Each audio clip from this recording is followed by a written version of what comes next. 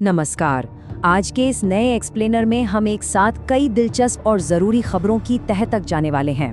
आजकल ना खबरों की रफ्तार इतनी ज़्यादा हो गई है कि असली तस्वीर समझना थोड़ा मुश्किल हो जाता है। तो चलिए इस पूरे शोर शराबे को हटाकर दुनिया भर के बड़े तनावों से लेकर हमारे अपने मोहल्ले की ज़मीनी हकीकत को एक साथ जोड़कर देखते हैं, बिल्कुल आसान और साफ तरीके से।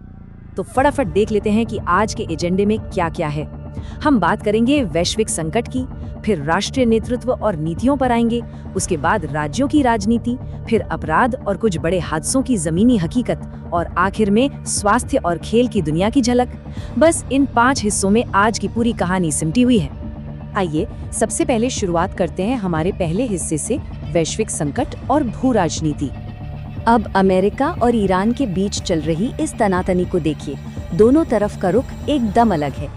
एक तरफ पूर्व राष्ट्रपति ट्रंप हैं, जिन्होंने पाकिस्तान के जरिए आए ईरान के जवाब को सिरे से खारिज कर दिया है। उनका सीधा कहना है कि ईरान पिछले 47 सालों से सिर्फ खेल खेल रहा है और अमेरिका उनके यूरेनियम संवर्धन पर पैनी नजर रखे हुए है। और दूसरी तरफ ईरान एकदम रक्षात्मक मुद्रा में है। उनकी सेना ने साफ कह दिया है कि जहां भी न्यूक्लियर साइट्स हैं, उनकी सुरक्षा के लिए वे पूरी तरह तैयार हैं। ये कूटनीतिक खाई वाकई बहुत गहरी है। और ये तनाव सिर्फ बातों तक सीमित नहीं है, जमीनी स्तर पर भी इसका असर दिख रहा है।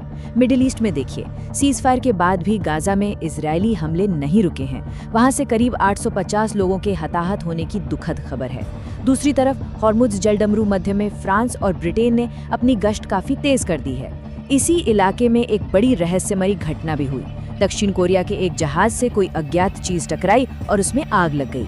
सच में ये पूरा इलाका इस वक्त बहुत ही अस्थिर स्थिति में है। दुनिया से अब लौटते हैं अपने देश की तरफ।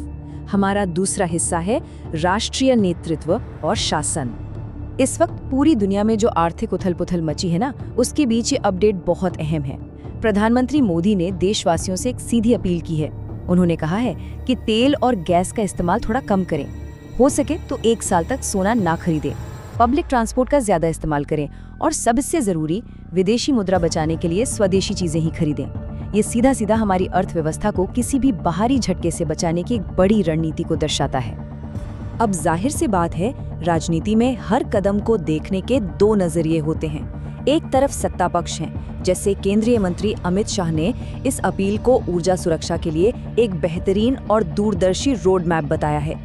लेकिन विपक्ष का रुख इसके बिल्कुल उलट है। केरल में ही देख लीजिए, कांग्रेस का मजदूर संगठन ईंधन की बढ़ती कीमतों को लेकर सीधा सड़कों पर उतरकर विरोध प्रदर्शन कर रहा है।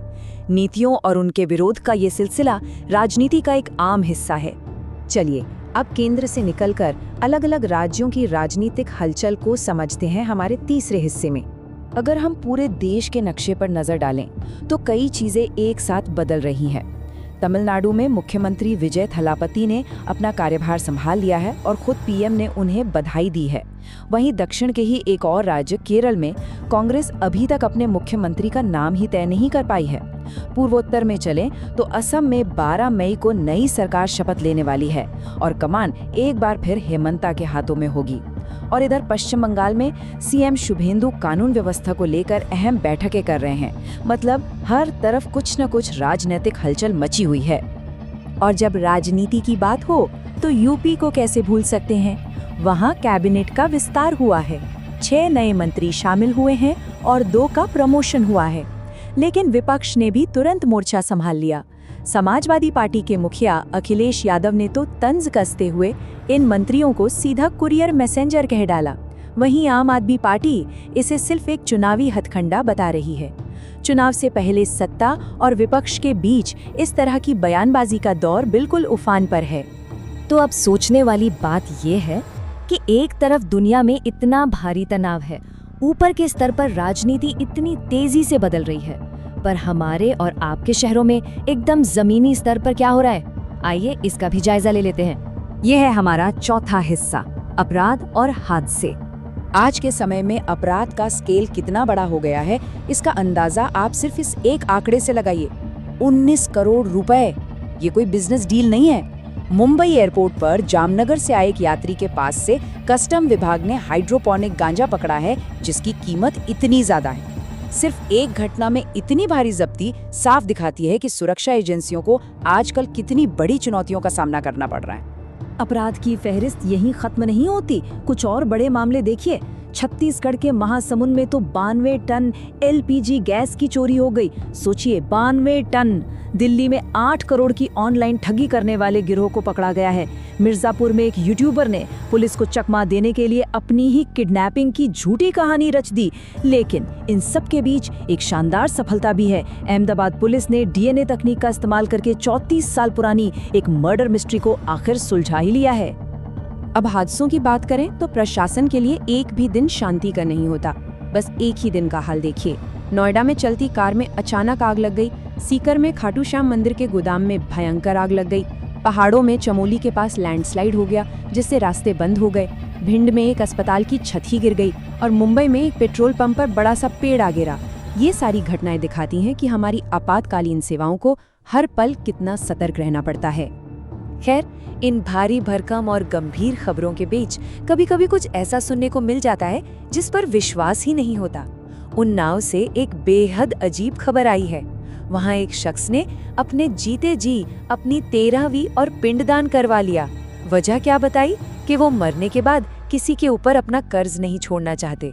वाकई हमारी रोजमर्रा की खबरों में कैसे कैसे लोग और कैसी कैसी कहानियां मौजूद हैं। चलिए अब बढ़ते हैं हमारे आज के आखिरी हिस्से की तरफ, स्वास्थ्य और खेल की दुनिया।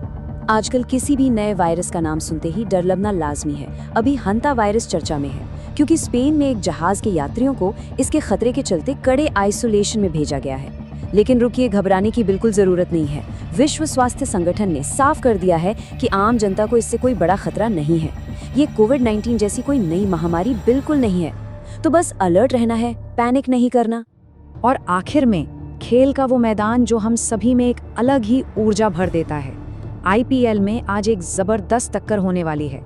पंजाब किंग्स का मुकाबला दिल्ली कैपिटल्स से है। दिलचस्प बात यह है कि दिल्ली कैपिटल्स अपनी पिछली हार का बदला लेने के कड़े इरादे से मैदान में उतरने वाली है, तो यकीनन ये मैच बहुत ही रोमांचक होने वाला है। तो इस पूरे एक्सप्लेनर के बाद एक सवाल जो मन में आता है, मिडिल ईस्ट के बड़े कूटनीतिक तनावों से लेकर हमारे शहरों के हादसों और राजनीति तक, ये सब कुछ आपस में जुड़कर हमारी रोजमर्रा की जिंदगी को कैसे आकार देता है। इस तेज रफ्तार दुनिया में हर छोटी बड़ी खबर का कहीं न कहीं कोई असर जरूर होता है। उम्मीद है इस छोटे से सफर ने इन सभी उलझी हुई कड़ियों को आसानी से समझने में मदद की होगी। ऐसे ही और स्पष्ट विश्लेषणों के लिए जुड़े रहिए। तब तक के लिए जागरूक रहें और नई चीजें सीखते रहें।